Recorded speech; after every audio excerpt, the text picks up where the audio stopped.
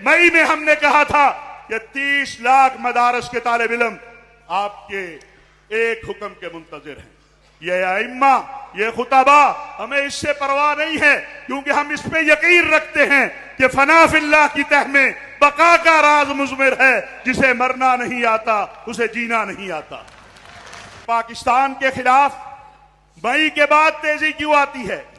इसलिए तेजी आती है कि आपने वो कर दिया जिससे दुनिया परेशान है। ये अल्लाह की मदद से और इस कौम और फौज के इत्तेहाद से हुआ। इंशाअल्लाह ये मेहराब और मिंबर कल भी आपके साथ था, आज भी आपके साथ है, आइंदा भी आपके साथ होगा। कि बहुत सारे अरब मुमालिक के ये फैन कहला रहे हैं, आप जुनूदुल हरमैन शरीफैन कहला रहे हैं। तो उस टैंकर को नहीं मिल सकता था। ताहिर अशरफी नशे में जियो टेलीविजन पे चले गए।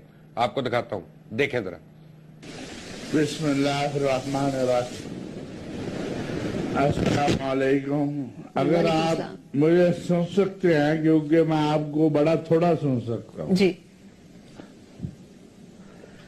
इस्लामी नजरियाती कौंसिल को और मुझे जाती तौर पर यह खत मौसूल हुआ है, और मैं बतौर सरबराह पाकिस्तान उलमा कौंसिल के अपने दारुल इफ्ता को ये खत इरसाल कर चुका हूँ।